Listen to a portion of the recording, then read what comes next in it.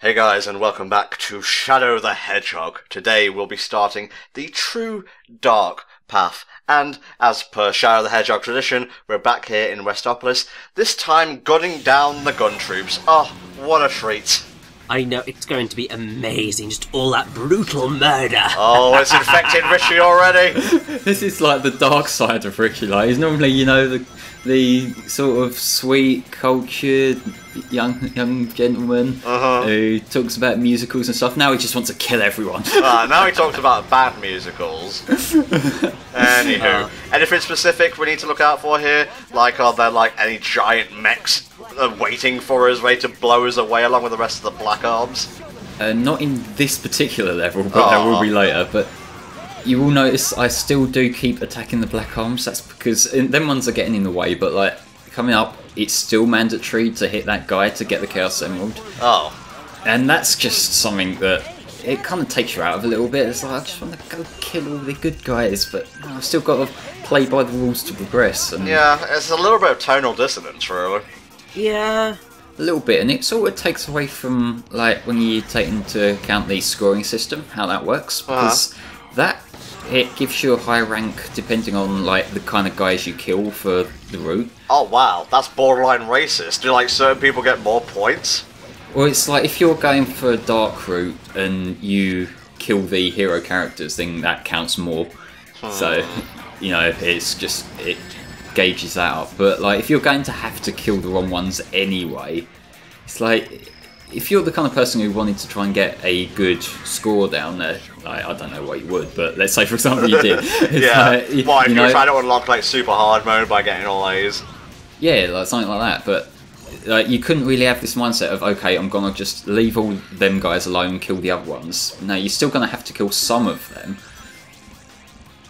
I think, to be fair, that's part of where Shadow gets things wrong, is that it's trying to have this whole morality system, almost, with obviously the different branching paths, but to get onto those paths, you're required to do things that you wouldn't, well, to explain it a little bit better, obviously the fact that you were having to kill both sides, like, the morality ultimately doesn't matter. In terms of the story anyway, you're just going to go down one path, so even if you end up killing Black Arms people, Black Doom's not exactly going to yell at you during a cutscene. He might yell at you during gameplay, but he's not going to change his position. Same as if you start killing all the gun soldiers, it's not going to change how the story goes, even if you're going for a plot line somewhere down the middle. That's a thing with the morality system as a whole. It kind of feels like they're holding back from letting Shadow be like pure evil, because it's like there's this, I guess, sort of bias to the fact that there is a final story. It's like, if you're going to do a morality system, that's actually an interesting idea, especially for the kind of character that Shadow is. Yes. But just let the player do that. You don't kind of think, well, we're going to let you play with Shadow being a little bit evil for a bit and then take it away from you, know, because that takes away this like really interesting concept that we could have worked with.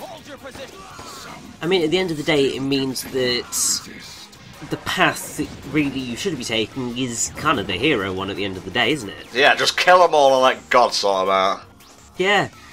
Whereas, like, the dark path is literally meaningless because none of it has any meaning on the end result. So it kind of makes your gameplay choices worthless.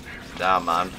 And really, that's the thing that nobody really likes with morality systems. I mean, it's why people got so very annoyed at the end of Mass Effect 3. It's a different situation. No, I won't call that a morality choice, I would say. It was just that everything was boiled down, you know, in a series about, like, ultimate freedom and making your way through the galaxy, shaping your Commander Shepard. At the very end, it's just, like, red, blue, or green, you know, pick your poison.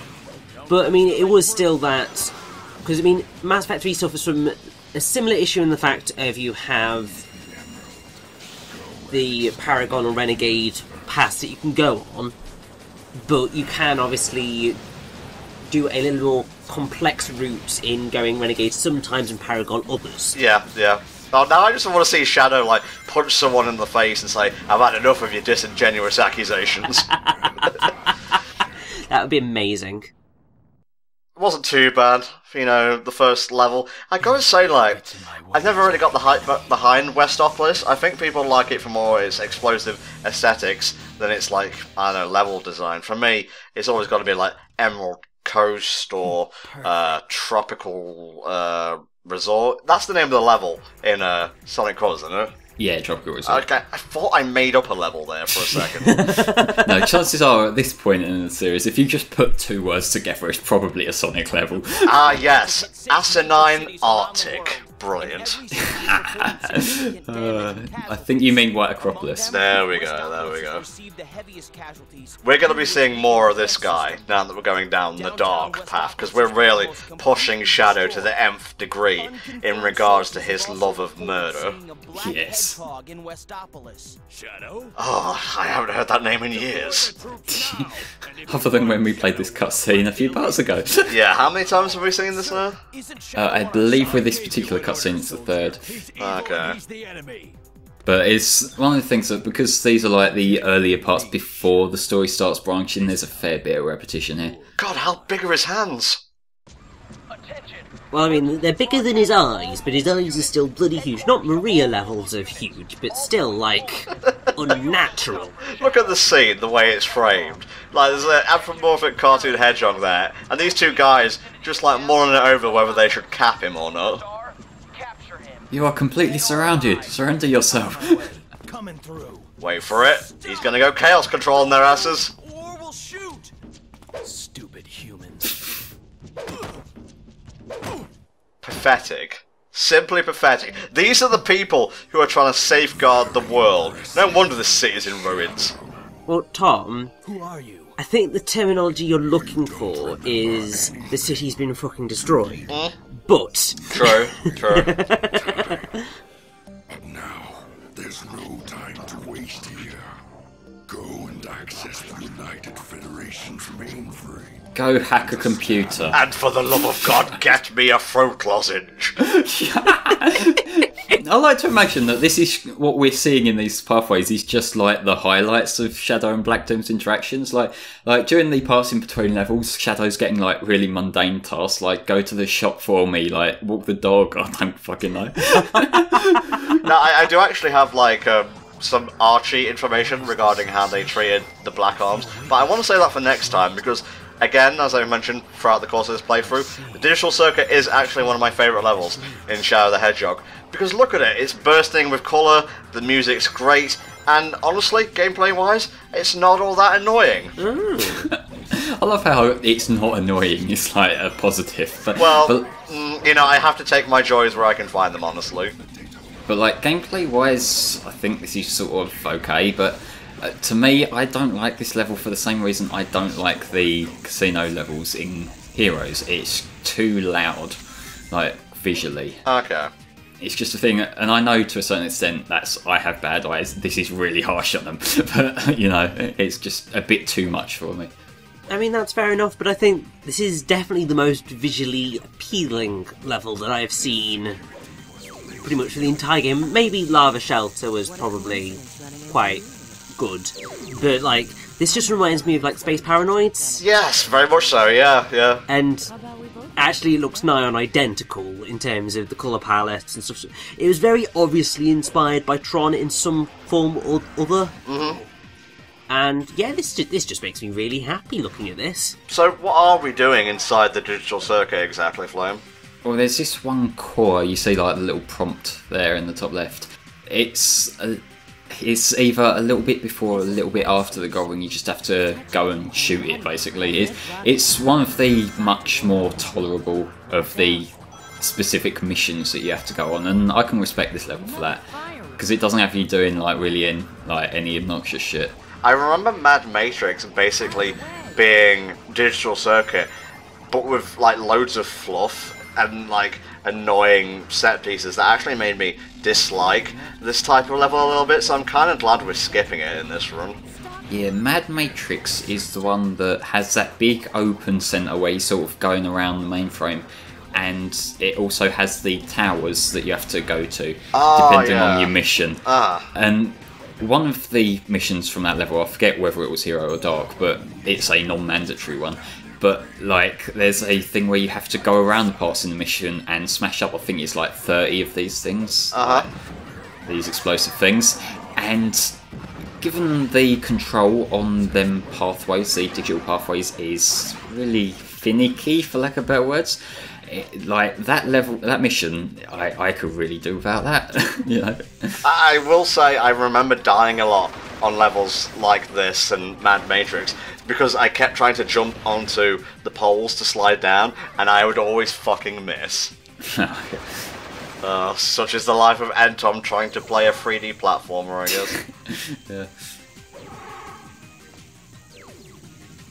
This little like gimmick, I'm cool with stuff like this. I like themed gimmicks in levels. You know, it's where they just perfectly complement both the level aesthetic and gameplay wise. It's, you know, sometimes you get levels where it's just, you know, put in switches, whatevs, could go anywhere. Whatever, who gives a shit? Let's knock off the coffee, guys. Who cares if they get a subpar game? I just want to get there before the coffee gets cold. Yeah. A very cynical take on the extremely difficult realm of game design there. Which is probably why I'm not a game designer, and again, I just talk over other people's work. Yeah, but I mean, there is the whole thing. I mean, that goes into the issue of, can people review things if they haven't actually made it themselves? And the answer is yes, you can. It just depends on how you go about that and how you... Whether in playing or experiencing something, you're paying enough attention to be able to talk about it in a decent, critical manner. It's one of the things like, it's just as long as you're informed on what you're talking about, so it's fine, you know? Yeah. I'm putting in mind, actually, of like a couple more like digital sort of levels, and I'm just looking through like the Sonic Wiki right now, just to make sure I get the names of the levels correctly. But one that comes to mind to me, like almost instantly, is Techno Bass from Advance 2. Yes, that level, that is so trippy, but that's trippy in a good way. It's got these sort of techno flashing lights, but I guess the thing there is that the GBA visuals, they're pretty nice, but they're mostly kind of limited, but that really sort of pops compared to a lot of the other like advanced levels. And we also have in Advance 3 Cybertrack. That's the one with the really ugly white background, isn't it? I don't know, I kind of like it, but much like Digital Circuit to Mad Matrix, I would say Techno Bass is the better, like, cyber-themed level of the two. Mostly because the Advance 3 level has a lot of bottomless pits, as I found out in the Sonicathon run of it. Advance 3 is its own problem.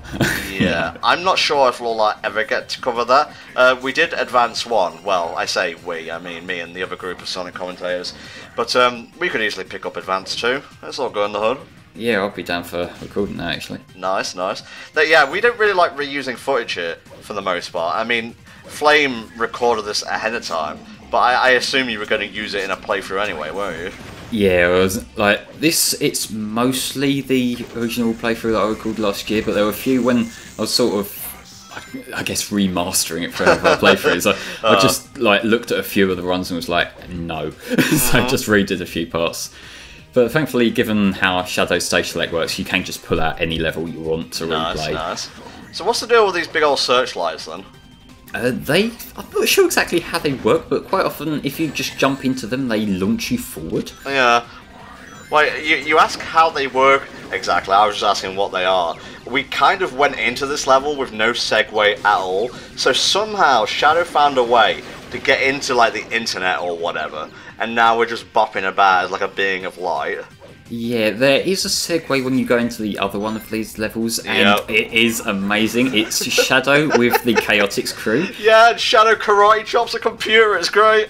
Yeah, this is like how fucking hacking works. It's not like any of this iStock photo, the guy with like a mask and a gun pointing at a computer. No, it's just Shadow walks up, karate chops the keyboard, he's in. Hiya, I'm in. So is this like a data version of Shadow, or is this actually Shadow? I mean, I know the answer to this, but I just wanted to put it forward to you both. Am I Shadow.exe? Is this I was who I am? for you to make that. But yeah, it's this thing here we got to shoot, so, you know. make sure you got some ammo rather than doing what I did in a dud take where I didn't and I climbed up here, then I had to go back off to the side to get a gun. Oh, Terrible. Lord. Awful. Ruining the playthrough for everyone, taking everyone's precious time. God damn, there's a fucking space like starfish hovering there. It's creeping me out. Yeah. Ugh, I guess we'll see more of that abomination next time on the Dark Path in Shadow the Hedgehog.